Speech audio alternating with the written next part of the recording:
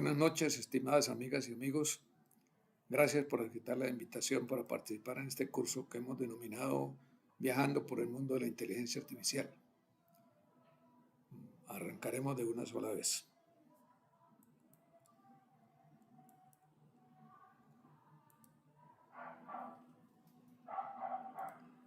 Hoy vamos a iniciar con este curso sobre como una introducción a la inteligencia artificial y vamos a comenzar. Espero que ustedes estén viendo una diapositiva donde dice viajando por el mundo de la inteligencia artificial, clase primera.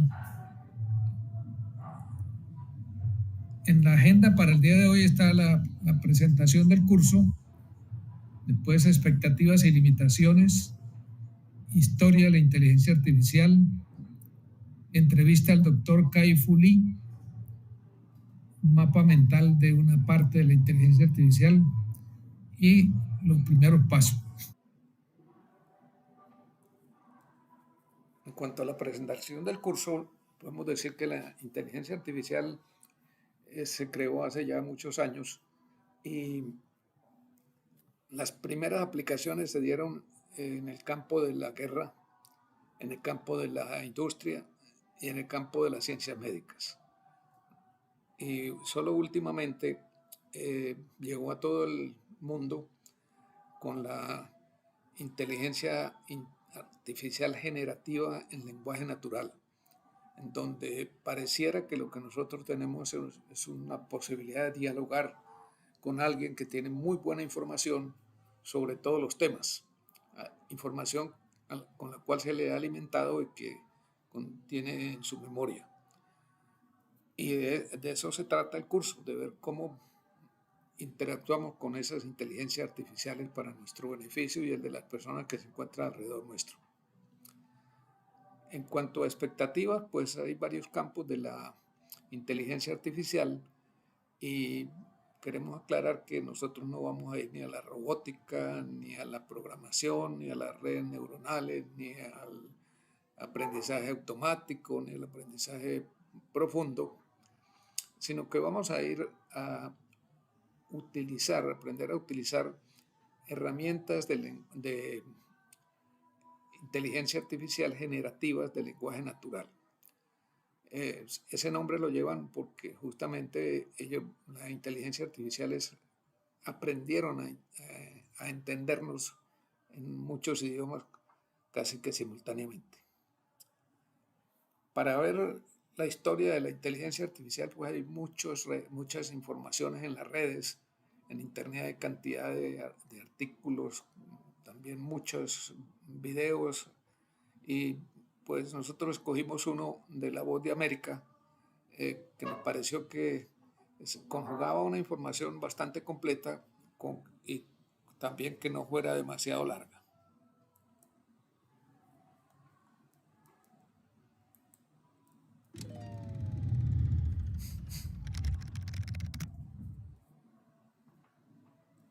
¿Podría presentarse, por favor? La inteligencia artificial, o IA, es un campo de la ciencia y tecnología informática que se centra en crear sistemas y máquinas capaces de realizar tareas que normalmente requieren inteligencia humana. Estas tareas incluyen aprender de la experiencia, razonar, resolver problemas, entender el lenguaje natural y reconocer patrones.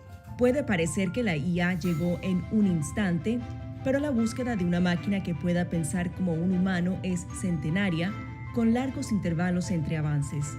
Sin embargo, antes de enseñar a las máquinas a pensar, los humanos necesitarían entender mejor cómo piensan ellos mismos.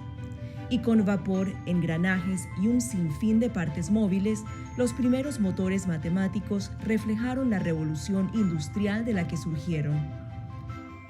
Pero quedó claro que superar los cálculos simples para alcanzar la inteligencia humana requeriría una máquina inconcebiblemente grande.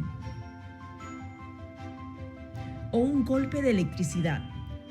La invención de los tubos de vacío en 1904 hizo posible los primeros cálculos electrónicos, pero fueron los imperativos de la Segunda Guerra Mundial los que realmente aceleraron esta tecnología. usados para descifrar códigos enemigos y calcular rangos de misiles. Los procesadores electrónicos, conocidos como computadoras, incluso comenzaron a reemplazar a las personas que habían estado haciendo este trabajo anteriormente. A mediados del siglo XX, parecía que el equipo estaba listo para asumir otras tareas humanas. El término inteligencia artificial fue acuñado en 1956 cuando matemáticos y científicos informáticos se reunieron en la Universidad Dartmouth en Nuevo Hampshire. La reunión fue un catalizador para el enfoque llamado IA simbólica. Se basa en la idea de que programando una computadora con hechos sobre un tema y las reglas para operar con esos hechos, el sistema podría entonces generar deducciones lógicas. En los años 70 y 80, programas de computadoras llamados sistemas expertos fueron programados con hechos relacionados con una tarea específica, emulando a un experto humano. La IA se unió a la fuerza laboral corporativa, encargándose del registro de datos, contabilidad e incluso del ordenamiento del correo para el Servicio Postal de Estados Unidos. En 1997, el campeón mundial de ajedrez Garry Kasparov perdió un partido histórico contra Deep Blue de IBM. Por primera vez, la inteligencia artificial había superado a un experto, pero con la IA simbólica se necesitaba una enorme cantidad de tiempo de programación y poder computacional para dominar una única actividad humana. Las máquinas todavía no eran rival para la complejidad de muchos problemas que los humanos pueden resolver fácilmente, y escalar a un sistema capaz de conocimiento general parecía lejano. Pero en los años 80, la llegada de computadoras personales económicas desenchufó a las viejas máquinas de IA de un solo propósito, al mismo tiempo que allanó el camino para otro campo de estudio de la IA. La IA conexionista surgió de investigaciones sobre cómo el cerebro utiliza redes neuronales para aprender. Los investigadores del cerebro estaban descubriendo que, en lugar de procesar expresiones simbólicas como una máquina, nuestros cerebros pensantes usan patrones de actividad en red. Como un cerebro humano, la información que entra en nuestra red neuronal ajusta la fuerza de las conexiones entre las neuronas por las que pasa, creando un sistema que puede aprender y hacer predicciones. De manera similar, las redes neuronales artificiales no requieren programación con reglas y hechos, sino que pueden descubrirlas tal como los humanos aprenden por asociación y a través de retroalimentación. Los algoritmos de aprendizaje profundo permitieron a las computadoras reconocer y procesar patrones en datos, llevando a logros notables en reconocimiento de imágenes y de voz. La computadora claramente estaba lista para aprender y el poder computacional estaba creciendo exponencialmente. No fue hasta el desarrollo del Internet y los teléfonos inteligentes que la gran cantidad de datos necesarios para entrenar ciertos sistemas estuvo disponible.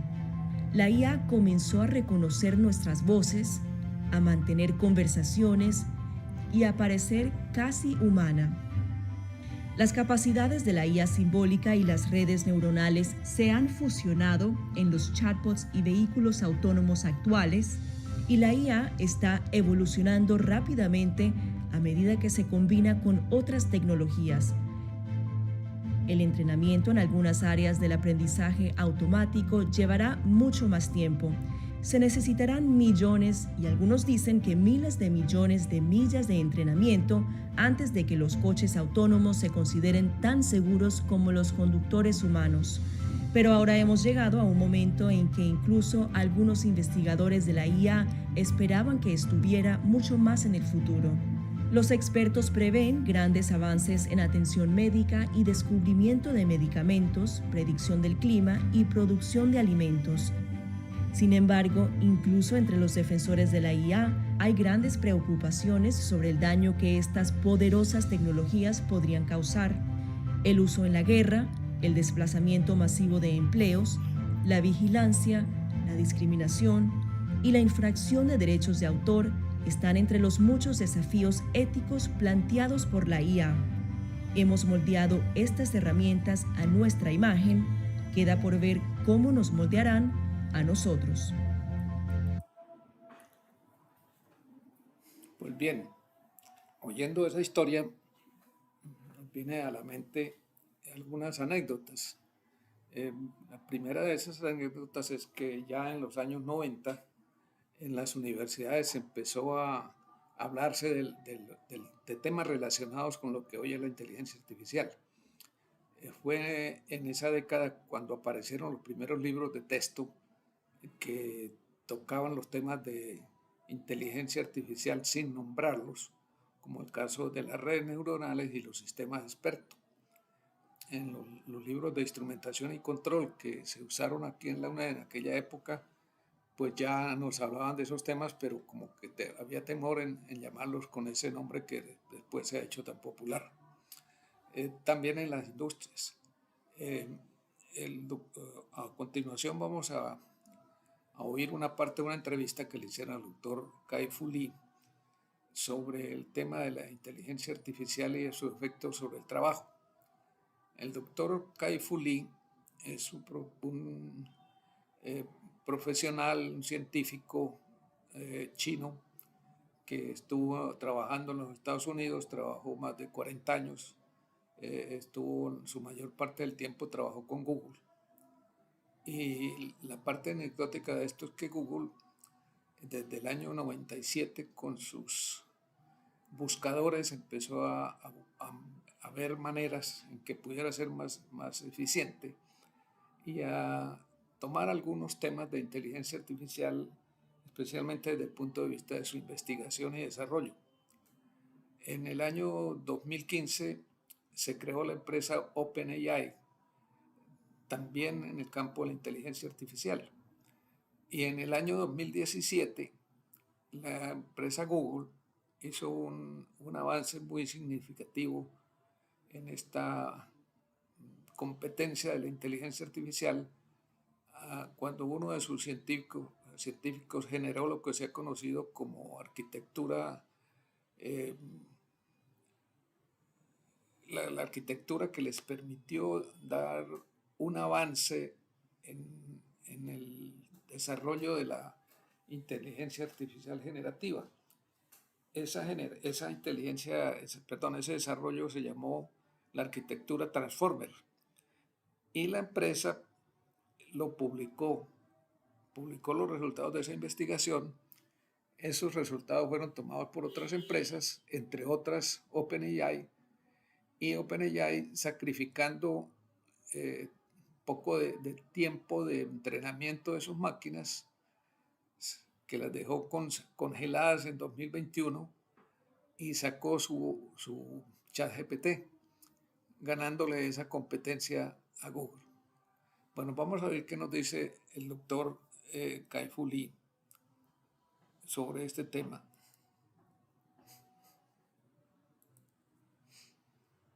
Buenos días, mi nombre es Alex y me gustaría saber qué trabajos van a ser los más afectados por la inteligencia artificial y, sobre todo, cuáles son los trabajos del futuro. De acuerdo. La inteligencia artificial opera en campos unidisciplinarios, así que afectará al empleo de distintas formas. Los trabajos rutinarios y repetitivos, que no requieren creatividad ni compasión, son los que más peligran. Los trabajos cognitivos, como las funciones de oficina, los contables, la gente que hace cuentas, manda correos rutinarios, los administrativos, los secretarios, corren el peligro de desaparecer. La gente que sigue instrucciones sencillas, el servicio al cliente, me llega un correo con una pregunta, miro la respuesta, copio y pego. Llaman, hacen una pregunta, encuentro la respuesta y la leo. Es muy rutinario. Eso desaparecerá. Estos trabajos administrativos requieren cierto nivel cognitivo, pero no muy complejo. Puede ejecutarse tras 5 o 10 segundos de razonamiento y maneja una sola disciplina. Eso puede hacerlo. Pensad en los trabajos rutinarios y repetitivos que requieran percepción. Por ejemplo, un recepcionista. comprobando si alguien es quien dice con su identificación. Todos sabemos que en muchos países ya no está la persona que nos mira y nos compara con nuestro pasaporte. Puede hacerlo la inteligencia artificial. Controla las tareas basadas en la cognición audiovisual. Respecto al trabajo de oficinista, los empleos que se desempeñan en el mismo lugar y repitiendo la misma tarea desaparecerán antes. Como un inspector de tallas de camisetas o de desperfectos en microchips y móviles. La inteligencia artificial lo haría mejor. De hecho, detectar desperfectos en objetos, en móviles, es más fácil con inteligencia artificial. No solo usa una cámara, también un sensor de profundidad. Si hay un rasguño, cambia la profundidad. Los humanos no detectan eso. De hecho, pueden perder visión si se pasan el día buscando rasguños. Los reemplazarán. Otros trabajos, como la agricultura, serán automatizados. En el futuro, tendremos robots inteligentes que siembren, rieguen y fertilicen en cantidades justas. Tendremos drones de siembra. Será automático. También se automatizará el trabajo en las fábricas, las inspecciones, las tareas repetitivas de la cadena de montaje y las de los almacenes. El trabajo del almacén, trasladar cajas, planificar rutas de pedidos a los clientes, la logística, el transporte, todo eso se automatizará. Los conductores de montacargas, de carros de minas o de trenes turísticos, especialmente si no van por vías públicas, desaparecerán pronto. El trabajo de los choferes peligrará. Primero, en entornos predecibles, reducidos y de poca velocidad, como montacargas, minas y sitios turísticos. Luego, en autopistas. Estas son peligrosas para los humanos, pero seguras para la inteligencia artificial, porque la variabilidad es mínima. Luego, llegará a ciudades con una buena planificación urbana, pero aún no a caminos rurales y esas cosas. Poco a poco, en 15 o 20 años, los humanos ya no conducirán. Si fueran una categoría de empleo, formaría el 10% de trabajadores. No es que todos ellos sean conductores, pero el 10% de la humanidad trabaja manejando algún equipo que se mueve. Eso desaparecerá. Tenemos que preguntarnos, ¿es este trabajo rutinario, repetitivo y de entornos fijos? Si es así, corre un grave peligro. La inteligencia artificial ya desempeña muchos trabajos. Por ejemplo, los médicos la usan para mejorar el diagnóstico y el tratamiento del paciente. Así, el médico puede dedicar más tiempo a hablar con el paciente, tranquilizarlo y hablarle de su recuperación. Los científicos tendrán más trabajo gracias a herramientas inteligentes que les ayudarán a hacer más descubrimientos, diseñar más medicamentos, etc. De modo que beneficiará a muchos trabajos. También has preguntado si creará nuevos puestos. Por supuesto que los creará. En 30 años, la inteligencia artificial habrá creado más empleos de los que habrá destruido. Pero tenemos varios problemas. El primero es que esos empleos no serán rutinarios ni repetitivos. Si lo fueran, los haría la inteligencia artificial. Los nuevos empleos requerirán una formación. No podrán desempeñarse sin más. En segundo lugar, desconocemos qué trabajos serán. Conocemos algunos, pero no todos. Y diréis, Dr. Lee, ¿te crees experto y no sabes qué trabajos creará? Pues así es. Si hace 20 años me hubierais dicho, Dr. Lee, ¿te crees experto en Internet? ¿Qué trabajos creará Internet? No lo sabría. No habría podido predecir que hoy en día habría millones de conductores de Uber y Didi gracias a Internet. Porque sin Internet no existiría Uber. Pero hace 20 años no habríamos podido predecir su nacimiento. La predicción de nuevos empleos debe actualizarse anualmente. Estoy seguro de que creará muchos empleos, pero aún tardaremos en conocerlos. Seguramente no nacerán en los próximos 5 años y requerirán cualificación. La gente que esté actualmente en empleos rutinarios, que no requieran compasión ni contacto con el ser humano, corre peligro. Deberían plantearse volver a formarse en algún trabajo que no vaya a desaparecer dentro de 10 o 15 años. Si vuestro trabajo requiere razonamiento, creatividad, estrategia o contacto humano, estáis a salvo. Pero la inteligencia artificial podría ayudaros. Si aún sois jóvenes y estáis estudiando,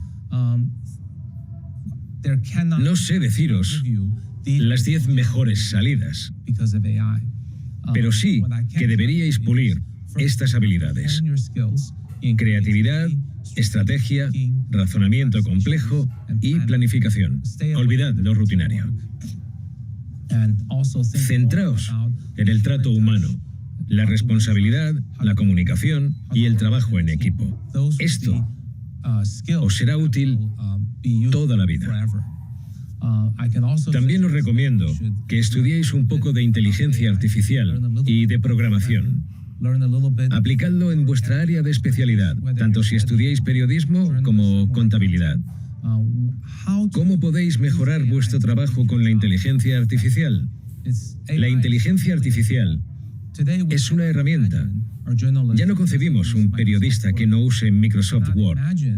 Ya no concebimos a un ejecutivo de publicidad que no utilice PowerPoint u otro similar. No concebimos a un fotógrafo que no use Photoshop. La inteligencia artificial es una herramienta más. En muchas profesiones, estudiar inteligencia artificial os enseñará a encontrar esas herramientas y a utilizarlas. Eso os preparará para la era de la inteligencia artificial.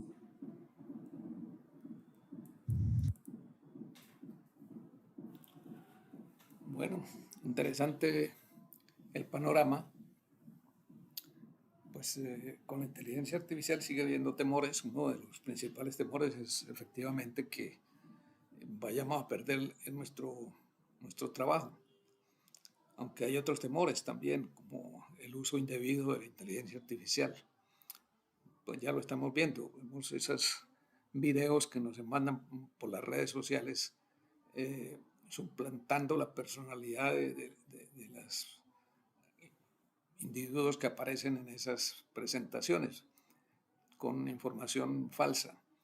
También se puede presentar para el fraude en otros temas, en el campo educativo, por ejemplo. En cualquier sistema, mientras esté presente el hombre, hay la posibilidad que si tiene una herramienta pueda haber algunos de esos personajes que se dediquen a utilizar con propósitos que no son los debidos las herramientas. Y como lo decía el doctor Lee, la inteligencia artificial es una herramienta más.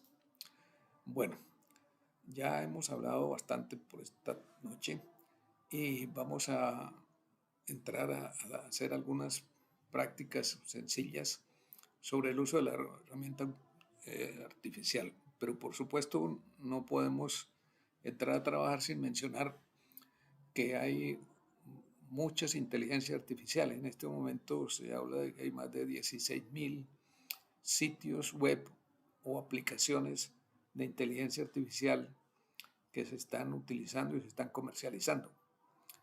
No todas son económicas, algunas son con propósito específico para algunas empresas, otras están dirigidas a una comunidad específica y por consiguiente para el resto son muy costosas. Y dentro de ese mundo de aplicaciones que se le dan a la inteligencia artificial, pues se han generado muchas soluciones para esas necesidades. En este curso vamos a tocar, empezando, 5 inteligencias artificiales. En esta lista que ustedes están viendo aparecen 7. Está ChatGPT de OpenAI, que es la que salió primero, la que apuntó primero, y es la más popular y también es muy buena. lo mismo que Cloud, que fue el producto de una empresa creada por ex empleados de OpenAI, que también es muy buena, pero esas dos, la primera y la última, no están permitidas en Venezuela. Se pueden usar empleando lo que se conoce con el nombre de VPN, que simula que uno está en otro país. Pero eso tiene, por una parte, un problema ético y por otra tiene un problema eh, técnico, y es que eso ralentiza o hace más lenta la conectividad. Y si ya tenemos una internet que no es muy rápida, pues no va a ser más complicado hacerlo. Yo sé que hay mucha gente aquí, aprovechando que estamos en la frontera, que pueden ir a Colombia, registrarse con un teléfono colombiano y luego venirse para acá y usarla. Esa es otra modalidad. Pero nosotros vamos a trabajar solamente con las que son permitidas aquí libremente en el país. Entonces, dentro de esas tenemos Gemini, que es de Google, que vino a reemplazar otra inteligencia artificial que anteriormente se llamó BART. Está Copilot de Microsoft. Microsoft es a su vez posiblemente la principal accionista de OpenAI, y como tal pues tomó la información de OpenAI y creó lo que se conoce con el nombre de Copilot, que también es excelente. Perplexity, muy bueno. Umata está orientado hacia un tema en particular, pero en esa área se desempeña muy bien. Y lo mismo sucede con Gamma. Entonces, aquí aparecen las direcciones y la idea es que cada uno de ustedes en sus computadoras coloquen esas direcciones. Por ejemplo, para Gemini, coloquen geminigoogle.com, para Copilot, copilot.microsoft.com, y así con las otras 3, para tener 5 en total, que vamos a tratar de utilizar en lo que nos queda de esta clase.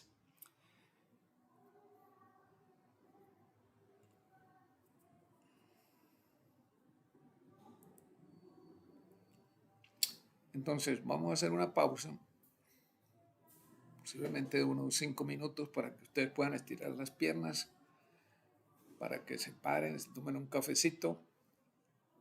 Una vez que hagan eso, entonces vuelvan acá y vamos a empezar a trabajar en el orden en que aparecen aquí esas inteligencias artificiales. Vamos a trabajar con Umata, con Copilot, con Gemini, con Perplexity y con Gamma, si el tiempo no lo permite. Bueno, entonces tengan su tiempo de descanso. Bueno, pasaron los minutos de la pausa. Espero que hayan podido abrir las aplicaciones y vamos entonces a trabajar con Umata. Umata es una aplicación con un propósito específico. Esa aplicación lee documentos por uno, lee documentos, le hace resúmenes, le saca las ideas principales, bueno, lo que usted le pida sobre eso. Usted puede decirle, bueno, yo quiero conversar con el autor del libro sobre tal tema, y empieza a trabajar sobre la aplicación. Pero tiene muchas otras cosas más, pero como le digo, pues es una aplicación que es hecha con un propósito definido.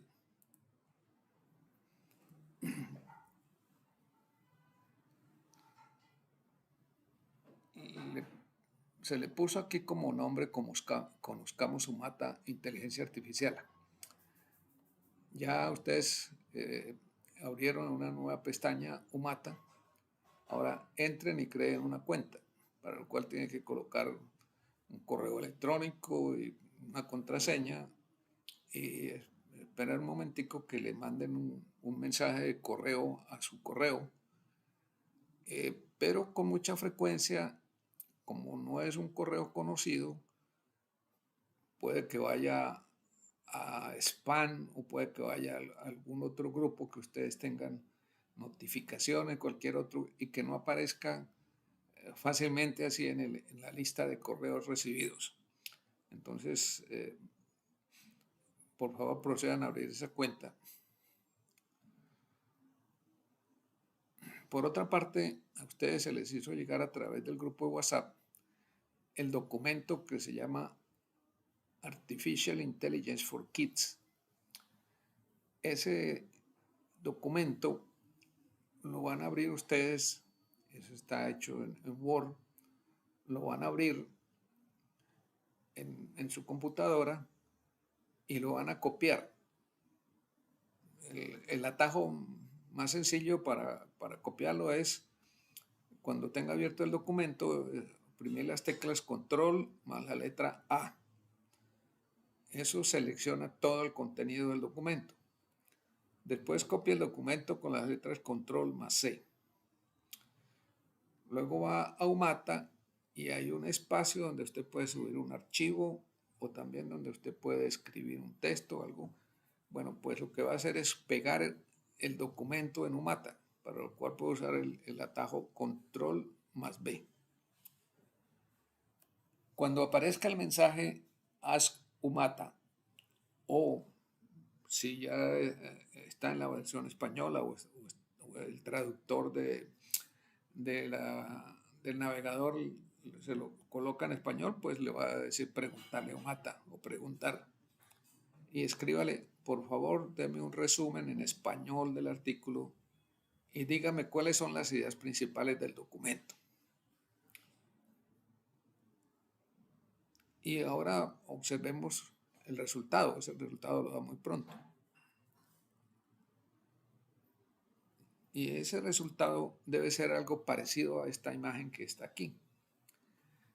Esto es en Umata y en el lado derecho ustedes ven que aparece el artículo en inglés, en el idioma original. Ahí está el artículo. Pero hay algunas partes subrayadas, remarcadas. En el lado izquierdo va a salir el resumen. El resumen con las ideas principales, pero además de eso, Umata le coloca aquí algunas preguntas para ver si usted las quiere hacer. ¿Qué explicaciones apropiadas para la edad de los niños pequeños sugiere el autor sobre la inteligencia artificial y la inteligencia artificial generativa? Bueno, entonces si uno le da, hace clic a esa flechita que hay a la izquierda, entonces él le va a generar una respuesta y la respuesta va a estar aquí más abajo, aquí en esta flecha en el lado izquierdo que indica que el resultado está un poco más abajo. Hay otras preguntas, ¿cómo pueden los padres fomentar el debate sobre las implicaciones éticas de la IA con sus adolescentes? Y hay otra que es una pluma, haciendo referencia a cuando se dibujaba con plumero, y es pedirle que escriba un borrador de una guía para padres o sobre actividades para mejorar la alfabetización digital de sus hijos sobre la inteligencia artificial normal y la generativa. Bueno, esto es Umata. Pero fíjense que aquí en la parte de abajo, en el lado izquierdo, dice preguntar. A algunos les habrá salido la palabra ask, preguntar también en el idioma inglés. Ahí puede usted preguntar cualquier cosa relacionada con el artículo que usted subió. Usted puede subir documentos en Word, en PDF,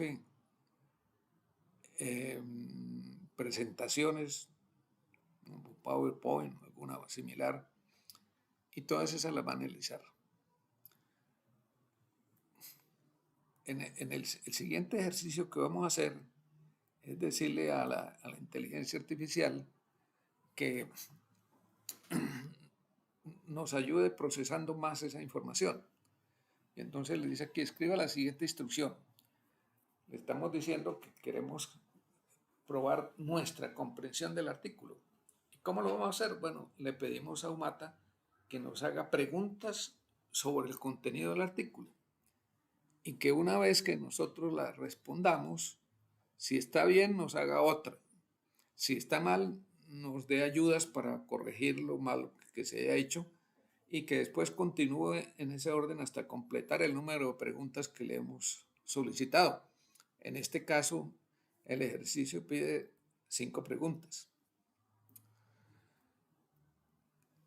Eso es algo que no era fácil tenerlo antes, pero ahora nos va a ayudar no solamente para estudiar un artículo, sino que en el campo de trabajo nosotros tenemos que leer manuales, tenemos que leer información técnica, tenemos que leer leyes, tenemos que leer artículos de opinión, muchas de esas cosas, y sabemos que muchos de esos artículos tienen puntos muy importantes, pero que también tienen muchas cosas de relleno. Entonces, con una herramienta como esta, nosotros podemos sacar aquella parte de mayor importancia para nosotros y trabajarla de diferente manera. Usted puede hacerle las preguntas que se le ocurran sobre la inteligencia, sobre el tema del artículo. De pronto alguien dice, bueno, yo quiero preguntarle al actor por qué hizo tal cosa. Bueno, se lo escribe y le va a dar una respuesta. Como eso tarda muy poco tiempo en responder, al final de esta diapositiva se les dice, vivida la experiencia, puede pensar en algunos usos para usted o su equipo de trabajo o en el ámbito familiar para una aplicación como Mata.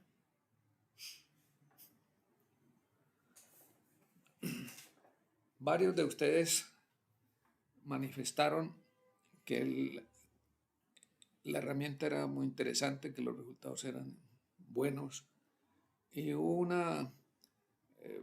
digamos que una aplicación práctica de uno de los asistentes, el profesor Jesús García, quien la probó usando una presentación. Vamos a ver qué nos dice Jesús.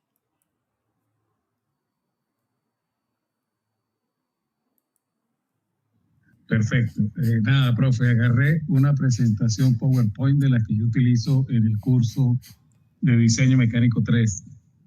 Y cuando vemos ahí que dice que lee no solamente archivos PDF, sino también presentaciones, pues subí la primera que tenía ahí a la mano y me hizo un resumen que yo mismo quedé asombrado de todo lo que se está transmitiendo. Lo captó perfectamente. Y usted sabe que las presentaciones mías tienen mucha más imagen que texto, pero la identificación de la idea central, el contenido, la descripción, y me hizo hasta unas preguntas. O sea que está bastante interesante, muy, muy útil la herramienta. Gracias por la presentación. Bueno, otra cosa que podemos hacer con esto también es que como maneja muchos idiomas, es posible que nosotros tengamos que leer en español y eso es lo normal, pero también puede ser que necesitemos leer en inglés, como es este caso, y le podemos pedir que nos lo traduzca, pero tenemos que responderle a alguien que habla francés. Bueno, le podemos hacer que nos dé la respuesta en francés. Las revisamos, las corregimos, hacemos lo que nosotros consideremos que es conveniente y pues le damos otra utilidad a esta herramienta. El profesor Jesús García también manifestó que la había utilizado con varios idiomas. Perfecto. Bueno, nos vamos ahora a otra aplicación que es muy popular, Copilot. Copilot, digamos que fue la respuesta de Microsoft a las dudas que se presentaron con el ChatGPT-3 y que lo utilizó como un refuerzo para su buscador Bing, pero el resultado no fue bueno. Eso no aumentó tanto la cantidad de usuarios de Bing. Entonces salió Copilot, hecho por Microsoft. Como decía anteriormente, Microsoft es uno de los principales accionistas de OpenAI y Copilot es muy utilizado. Utiliza, además, la misma herramienta utiliza una de las herramientas, de las inteligencias artificiales de OpenAI, que es la 3.5. Funciona muy bien, pero además tiene posibilidades de hacer imágenes, dibujos, imágenes de buena calidad, utilizando para eso DALL-E, que es una herramienta también de inteligencia artificial expresamente diseñada para hacer imágenes. Ahí realmente yo he encontrado una diferencia, hay dos versiones de Copilot. Una que es la que trae el navegador Edge. Cuando usted abre el navegador Edge en las versiones últimas, que es donde apareció, en la parte superior derecha aparece el símbolo de Copilot y usted lo puede abrir. Se abre en una columna al lado derecho y usted puede hacerle ahí las preguntas que quiera. Pero también otra manera de entrar es a través de la dirección URL copilot.microsoft.com. Entonces, como ya ustedes tienen abierta esa pestaña, pues vamos a desplegarla y le vamos a hacer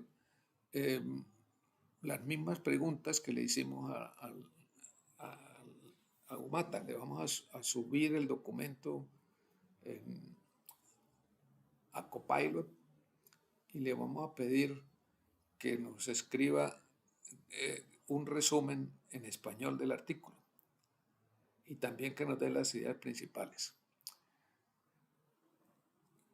Un tema del cual poco se habla es de los denominados tokens. Un token puede ser un punto, un token puede ser un espacio dentro de una frase, un token puede ser una letra, un token puede ser una palabra, dependiendo de la persona o de la empresa que lo utilice. Pero es una medida de la capacidad de procesamiento que le entrega al usuario. Esas empresas con su software diseñado para inteligencia artificial, pues pueden tener muchos tokens, pero también puede ser que lo limiten, especialmente en las versiones gratis. En estos días oía yo la propaganda de Gemini 1.5, que no está disponible en su versión gratuita, aunque por las redes todo el mundo dice que se puede usar. No está disponible en su versión gratuita, pero ellos hablan de 1 millón de tokens. Y con 1 millón de tokens nosotros pudiéramos colocarle un documento como la Biblia. Mientras que Umata en su versión gratuita tiene limitado a 90 páginas. Entonces el número de tokens que da gratuito permite cargar un archivo hasta 90 páginas. Si es mayor de 90 no lo puede tomar. Por supuesto que si es menor no tiene ningún problema en hacerlo. Y así cada una de estas aplicaciones de inteligencia artificial tienen diferente capacidad en el espacio determinado para colocar las instrucciones. Entonces, esos son los tokens y de eso vamos a hablar posiblemente en la tercera clase.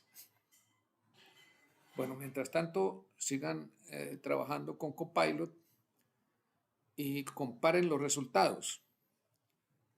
Siendo Copilot una buena inteligencia artificial, el resultado puede ser muy bueno, el formato va a ser diferente. Es cuestión de que con cuál de ellos se siente uno más cómodo en su trabajo. Y luego se pide que haga la segunda parte del ejercicio, que es hacerle ya algunas preguntas. Cuando termine de trabajar con Copilot, reflexionen sobre esta experiencia que estamos teniendo y su utilidad, tanto de Umata como de Copilot. Bueno, este realmente es un resumen de la clase de ayer que ha sido de alguna forma editado. Entonces vamos a pasar a la siguiente aplicación que vamos a utilizar. Estamos aquí ahora viendo Gemini y Perplexity.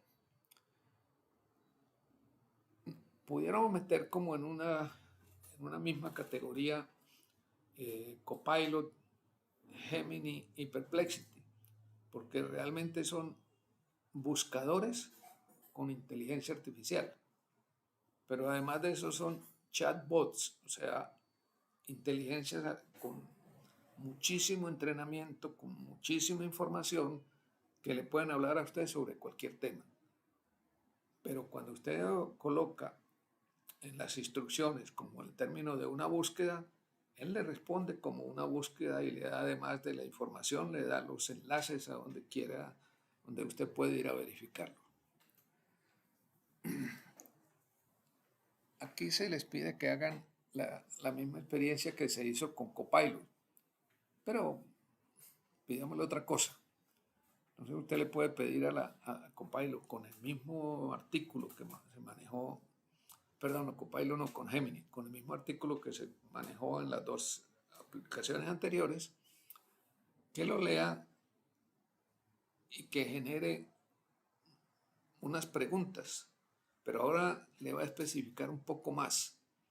No va a ser dos preguntas que él arbitrariamente cree, sino aquí le dice 2 preguntas de comprensión y 2 preguntas de aplicación sobre el artículo. Y que cuando la persona que está utilizando responda, le ofrezca realimentación para mejorar su aprendizaje. En este caso no es cuando esté mal el resultado, sino en ambos casos. Respondió bien y le da como un golpecito en la espalda, y además de eso pues le complementa la información que pueda tener. Una vez que termine de hacer su práctica con Gemini, pues puede abrir la pestaña de Perplexity y repetir el ejercicio con Gemini para de alguna manera comparar, para ver cuál le parece a usted mejor. Si a mí me preguntan cuál de las aplicaciones de inteligencia artificial que hemos utilizado esta noche es mejor, yo no me atrevería a decirlo. Depende de la aplicación, depende del contexto en el cual se vaya a utilizar, y lo mejor es probarlas, utilizarlas en cuanto sea posible, y nosotros vamos teniendo una idea más clara de cuál nos sirve mejor y para qué. Entonces, por favor, replicar lo que están haciendo con Gemini ahora con Perplexity. Gemini es una de las aplicaciones que permite más tokens, o sea, nos permite documentos más grandes en las versiones gratuitas, y por supuesto en las versiones de pago pues los espacios son mucho mayores.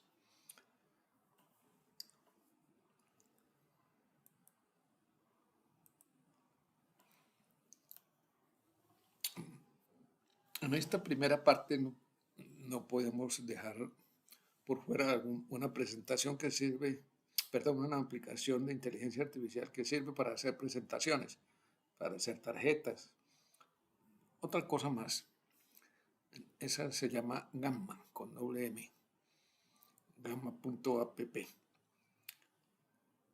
Ustedes van a desplegar esa pestaña, y en el primer espacio que van a encontrar, díganle que genere una presentación de 8 diapositivas sobre usos industriales de la IA.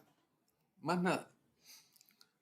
Entonces, esa aplicación le va a crear una especie de guión, y en la versión gratuita puede generar hasta 8 diapositivas, en la versión de pago todas las que sean necesarias. Para esas diapositivas le va a generar entonces un guión con el texto para 8 de ellas. Usted le puede pedir que no solamente que le haga una presentación de 8 diapositivas, sino escribirle algo más. Por ejemplo, que indique fotografías reales o que incluya algún video corto, o decirle que está dirigida hacia un target específico, por ejemplo, obreros de un área determinada o estudiantes de diferentes niveles, de tal manera que tenga la información. Una vez que genera ese guión, se lo da, lo pone en la pantalla para que usted decida si lo deja así o lo edita o lo cambia. Y cuando le diga crear, pues le genera esa presentación, incluyendo fotografías que la misma aplicación escoge. Pero Gamma puede hacer muchas cosas más. Una de las cosas que puede hacer es que le puede generar documentos, puede generar páginas web,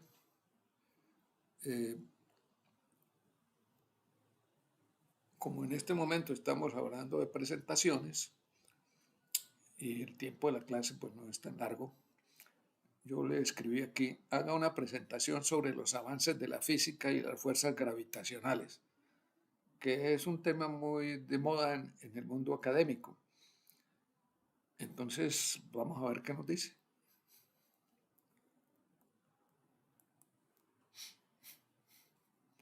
Entonces, fíjense, lo generó la presentación.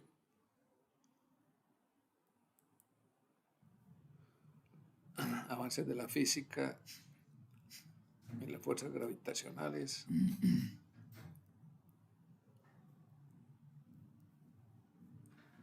Introducción, la importancia de entender la gravedad. El descubrimiento de la ley de gravitación universal. Conceptos de la física gravitacional. Experimentos y observaciones. Aplicaciones de la física gravitacional. Y una conclusión. Bueno, lo hace como una presentación, no como un video. Pero uno lo puede convertir en un video fácilmente.